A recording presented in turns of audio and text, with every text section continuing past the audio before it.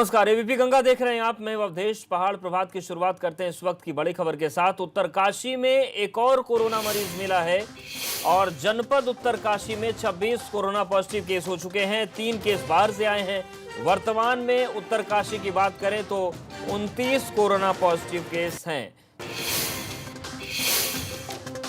तो उत्तरकाशी में एक और कोरोना मरीज मिला है और लगातार आंकड़ा यहां पर भी बढ़ रहा है। उत्तरकाशी की बात करें तो यहां पर 26 कोरोना पॉजिटिव केस हैं।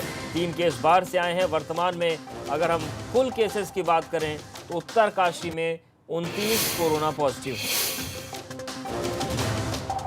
तो प्रवासियों की आमद के साथ उत्तराखंड में लगातार कोरोना के मामले बढ़ रहे हैं और उत्तरकाशी में 26 कोरोना पॉजिटिव पहले ही थे। एक और कोरोना पॉजिटिव मरीज मिला है और 3 लोग बाहर से आए थे। कुल मिलाकर 29 अब कोरोना पॉजिटिव मरीजों की संख्या उत्तरकाशी में हो चुकी है।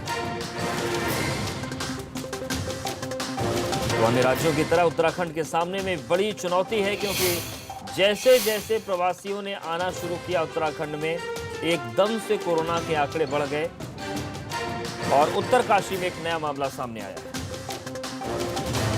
बड़ी खबर जोशीमठ से भी है, जहां पर तेज रफ्तार बाइक खाई में गिर गई। बद्रीनाथ नेशनल हाईवे पर हादसा हुआ है। बाइक सवार एक व्यक्ति की मौत हो गई जबकि दूसरा घायल है।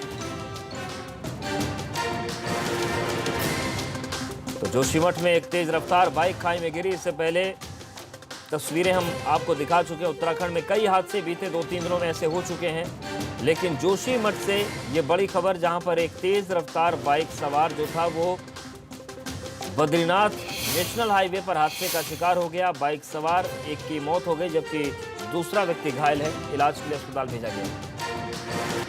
और एबीपी गंगा संवाददाता रजनीश हमारे साथ जुड़ गए। रजनीश, क्या जानकारी और जो घायल थे उनकी क्या स्थिति है? जी, आपको बता दो, कल देर रात की एक घटना है और जो बाइक सवार था वो गोविंदगढ़ से जोशीमठ की तरफ आ रहा था। ठीक गोविंदगढ़ से 3 किलोमीटर आने के बाद जो है बाइक 3 अनियंत्रितों को लगभग 20 मीटर गहरी खाई में जाती है और उसके बाद पुलिस को उसकी सूचना मिलती है। पुलिस वहां पर जाकर रेस्क्यू करके उसको एक तो मौके पर ही मौत है जबकि दूसरा घायल है। घायल को सामुदायिक स्वास्थ्य केंद्र जोशीमठ में लाया गया, जहाँ पर उसकी हालत अभी तक ठीक है और डॉक्टर उसको उपचार कर रहे हैं। और बाकी हेलो जी, शुक्रिया आपका जानकारी और अपडेट्स को देने के लिए।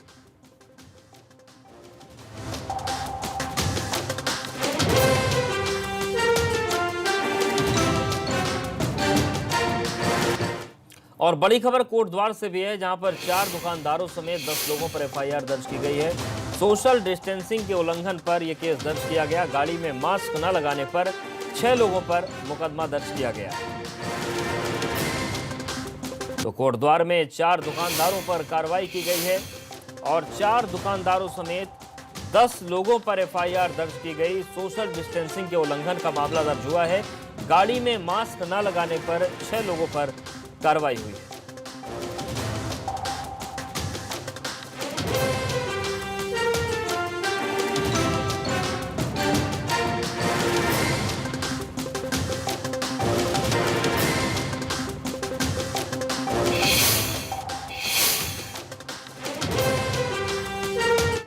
कोरोना से जुड़ा एक बड़ा अपडेट सामने आ रहा है। कोरोना संक्रमण के मामले में भारत दुनिया में चौथे स्थान पर पहुंच गया है। देश में कोरोना के केस 2,97,000 पार कर गए हैं। भारत में कोरोना के कुल मामले 2,97,535 हैं। एक्टिव केसेस की बात करें तो 1,41,842 हैं और अब तक ठीक होने वालों की जो संख्या है वो 1,47,194 है। और देश में कुल जो मामले हैं 2,97,535 पहुंच गए हैं। संक्रमण से अब तक 8,498 लोगों की मौत हो चुकी है और बीते 24 घंटे की बात करें तो 10,955 यानी कि लगभग 11,000 मामले सामने आ चुके हैं। 396 मरीजों की मौत बीते 24 घंटे में हो चुकी है। लेकिन परेशान करने वाली और चिंता करने वाली खबर ये कि कोरोना के मामले में, कोरोना संक्रमण के मामले में भारत दुनिया का चौथा वो देश बन गया है जो सबसे ज्यादा कोरोना से पीड़ित है।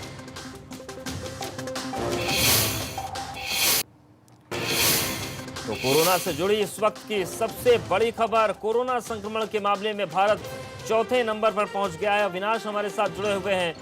अविनाश, सियासत का दौर बढ़ते आंकड़ों को लेकर शुरू हो गया है, लेकिन सियासत से इतर अगर देखें तो खतरा बढ़ रहा है। जिम्मेदारी सरकार को भी निभानी होगी, जिम्मेदारी लोगों को भी निभानी होगी, वरना तीसरा और दूसरा पोजीशन भी बहुत ज्यादा दूर नहीं है। जिनको वैसे अगर बात करें तो आज ब्रिटेन को पछाड़ के भारत चौथे नंबर पहुंच गया, जो कि काफी चिंताजनक स्थिति है। और पिछले 24 घंटे में 10,955 मामले आए हैं, यानी कि लगभग 11,000 के करीब मामले आए हैं। और इसके साथ साथ 396 अब तक की सबसे ज्यादा मौत भी हुई है, जो कि कहीं ना कहीं चिंता की स्थिति पैदा करती है।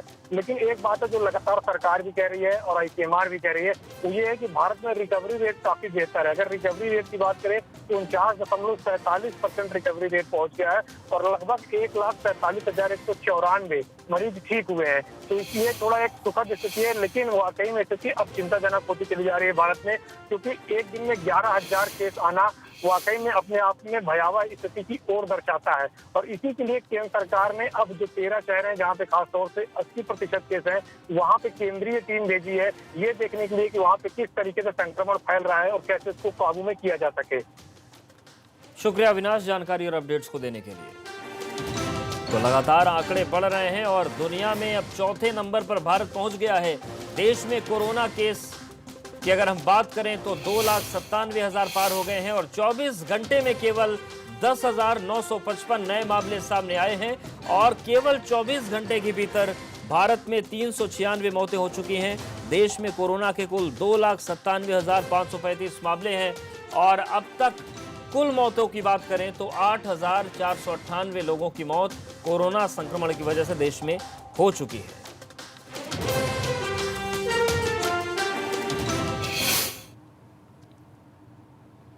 और आज से उत्तराखंड में हल्की बारिश और प्री मानसून शुरू हो सकते हैं। राज्य के ज्यादातर हिस्सों में मौसम विभाग ने आज से प्री मानसून के शुरू होने की संभावना जताई है।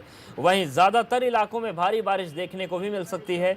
मौसम विज्ञान केंद्र के निदेशक विक्रम सिंह ने बताया कि राज्य में ज्यादातर जिलों में हल्की बारिश हो रही है। उन्होंने कहा कि आज से उत्तराखंड के पहाड़ी इलाकों के साथ साथ मैदानी क्षेत्रों में भी भारी बारिश होना शुरू हो जाएगी। कुमाऊं और गढ़वाल रीजन के कुछ हिस्सों में भारी बारिश की संभावना है। ऐसे में साफ है कि कोरोना के बढ़ते प्रकोप के बीच मानसून की दस्तक से पहले ही प्रशासन को अलर्ट पर रहने के साथ ही सभी तैयारियों को मुकम्मल करना बहुत जरूरी होगा, ताकि कोरोना के साथ डेंगू के बढ़ते प्रकोप के दौरान बदलते मौसम की वजह से जनता को कम से कम परेशानियों का सामना करना पड़े।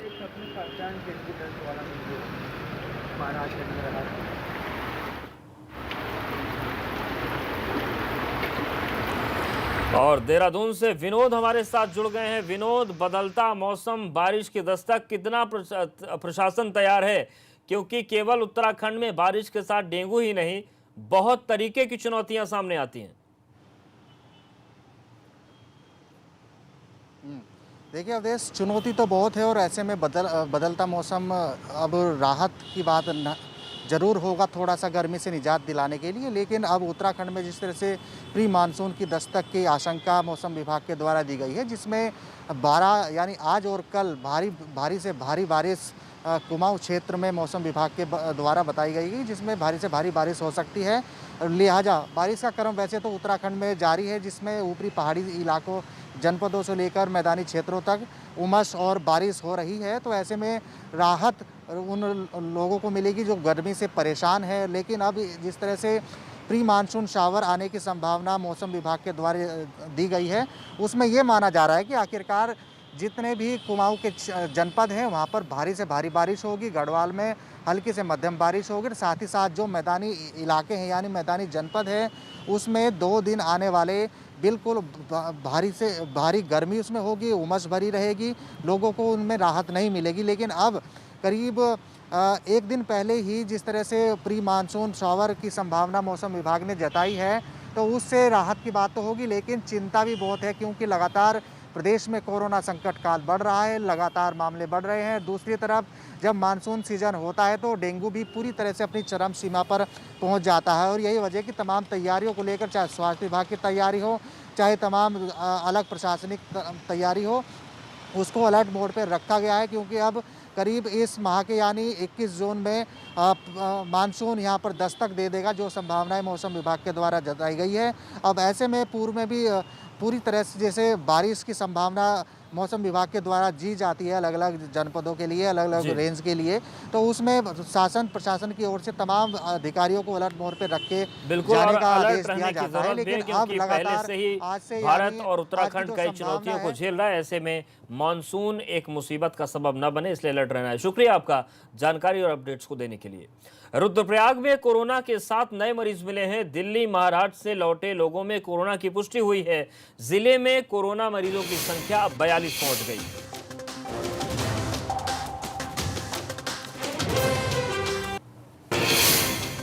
रुद्रप्रयाग में कोरोना के 7 नए मरीज मिले हैं। दिल्ली महाराष्ट्र से ये लोग लौटे थे।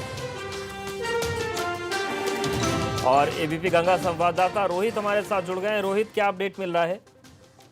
जैसे कि जिले में जो कोरोना के मरीज हैं उनकी संख्या लगातार बढ़ रही है। कहते हैं कि 2 दिन पहले ही 7 मरीजों में कोरोना की पुष्टि हुई है। आज फिर से 7 मरीजों में कोरोना की पुष्टि हुई है। 42 संख्या यहाँ पे बढ़ चुकी है। और सबसे बड़ी राहत की बात यह है कि कोरोना की पुष्टि हुई है, उनमें से किसी की अब तक डेथ नहीं हुई है। 42 जो यहाँ पर मरीज हैं उनमें से 6-7 लोग मरीज रहते हैं जिनको घर भी भेज दिया गया। फिलहाल जो स्वास्थ्य विभाग है सजग है, सतर्कता बरते हुए है। जो 17 क्वारंटीन में थे ये इनको अब आइसोलेशन में भी भर्ती कर दिया गया है। तो कह सकते हैं कि लोगों में दहशत का माहौल है, लेकिन स्वास्थ्य विभाग की ओर से पूरी मुस्तैदी से कार्य किया जा रहा है। शुक्रिया आपका जानकारी और अपडेट्स को देने के लिए।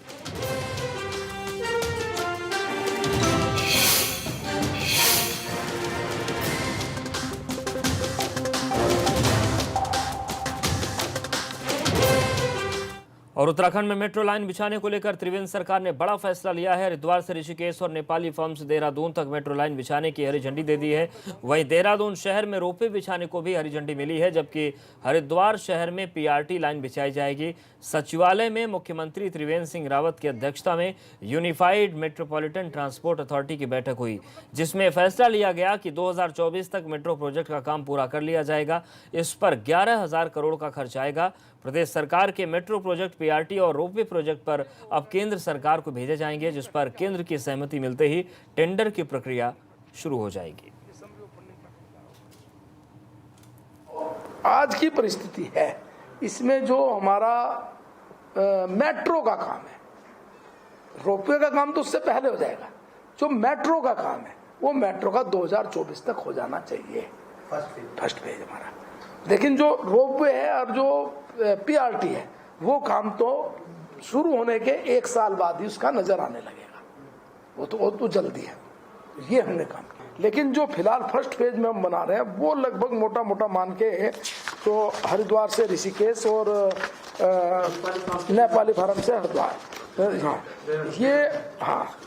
ये लगभग जो हमारा बैठेगा ये बैठेगा 10,989 करोड़। और मसूरी में फरीदाबाद के कुछ टूरिस्ट के आने पर हड़कंप मच गया। स्थानीय लोगों ने जैसे इन टूरिस्ट को देखा तो उन्होंने हंगामा शुरू कर दिया। बताया जा रहा है कि गुरुवार को मसूरी में फरीदाबाद से आए 4 पर्यटक के एक होटल में रुकने की सूचना मिली थी। लोगों के विरोध की सूचना मिलते ही पुलिस मौके पर पहुंची। लोगों का कहना है कि होटल्स में सरकार की तरफ से जारी की गई गाइडलाइंस के मुताबिक इंतजाम नहीं है, इसीलिए कोरोना के फैलने का खतरा। एक चेन के अंदर आते हैं जो कि बंद है, बाकी होटल्स ओपन है। जो एक ग्रुप है जिसने ये स्पेशली लिखा है कि गवर्नमेंट ने ये पॉलिसी गलत बनाई है कि यहाँ के जो टूरिस्ट आते हैं 3 दिन के लिए आते हैं मैक्सिमम, ठीक है, तो ये पॉलिसी गलत है, हम लोग अपने होटल्स नहीं खोल रहे हैं। इस कारण एक ग्रुप ने ये बात बोली है। यहाँ पर हरियाणा से 4 टूरिस्ट आ रखे हैं, और जब 4 टूरिस्ट आ रखे हैं तो ये जो है जब इस होटल के अंदर प्रवेश करा इन्होंने, तो जो स्टाफ यहाँ है उस स्टाफ के पास ना तो ग्लव्स है, ना पीपीई किट है, ना कोई खाने की व्यवस्था है, ना रहने की व्यवस्था है। और सबसे बड़ा दुर्भाग्य ये है कि जब ये टूरिस्ट इस होटल के अंदर आए हैं तो क्या इन्होंने मसूरी पुलिस को और मसूरी एसडीएम को अवगत कराया है? इन्होंने मसूरी एसडीएम को भी अवगत नहीं कराया है। दूसरी बात, इस मोहल्ले में जो है कम से कम 100-150 परिवार रहते हैं। अगर इनको भगवान न करे कोरोना हो या कोई इस तरह की बीमारी हो, ये तो पूरी मसूरी को बदनाम कर देंगे। और इस वक्त बड़ी खबर कोटद्वार से आ रही है, जहां पर अवैध खनन पर प्रशासन ने कार्रवाई की है। एसडीएम ने 6 डंपर, 6 ट्रैक्टर ट्रॉली को सीज कर दिया है। 6 डंपर और लोडिंग के तहत सीज किए गए। तो मालन नदी में अवैध खनन हो रहा था, लेकिन बड़ी कार्रवाई की है प्रशासन ने। और मालन नदी पर जो अवैध खनन चल रहा था उस पर कार्रवाई करते हुए एसडीएम ने 6 डंपर, 6 ट्रैक्टर ट्रॉली को सीज किया है। 6 डंपर ओवरलोडिंग के तहत सीज किए गए हैं। मालन नदी में ये अवैध खनन चल रहा था।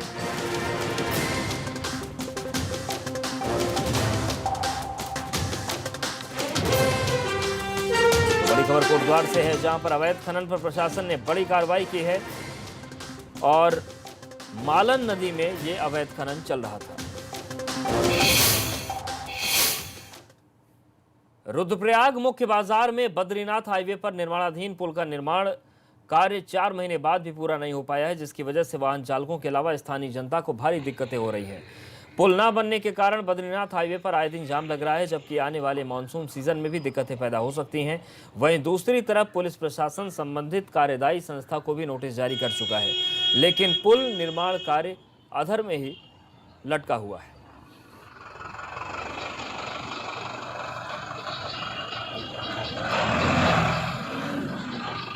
तो आवाजाही में भारी दिक्कतें लोगों को हो रही हैं, लेकिन 4 महीने हो गए, पुल अभी तक बन नहीं पाया। बद्रीनाथ केदारनाथ धाम को ये पुल जोड़ता है। हालांकि अब कार्यदायी संस्था को नोटिस जारी कर दिया गया है।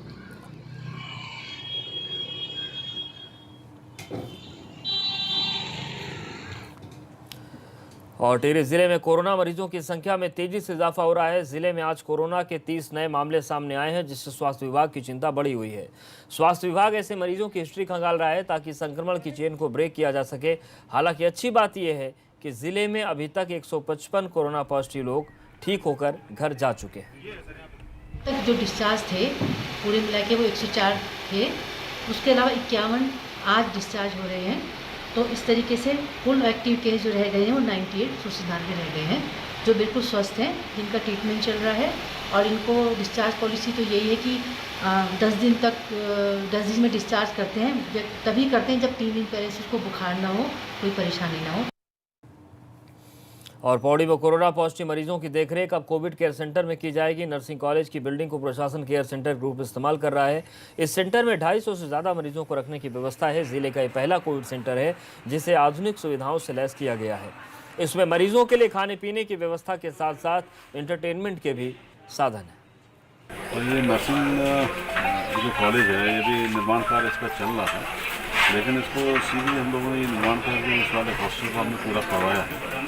तो उस कराने के बाद हमें कल से हम लोग ये CCC जो केयर सेंटर है, कोविड केयर सेंटर, इसको हम स्टार्ट कर देंगे। इसमें होगा क्या कि जितने भी पेशेंट हमारे यहाँ आ रहे हैं, ये लेवल 1 का एक हॉस्पिटल माना जाएगा। लेवल 2 और लेवल 3 हमारा जो है श्रीनगर मेडिकल कॉलेज में है। और यहाँ पर वक्त एक छोटे से ब्रेक का है।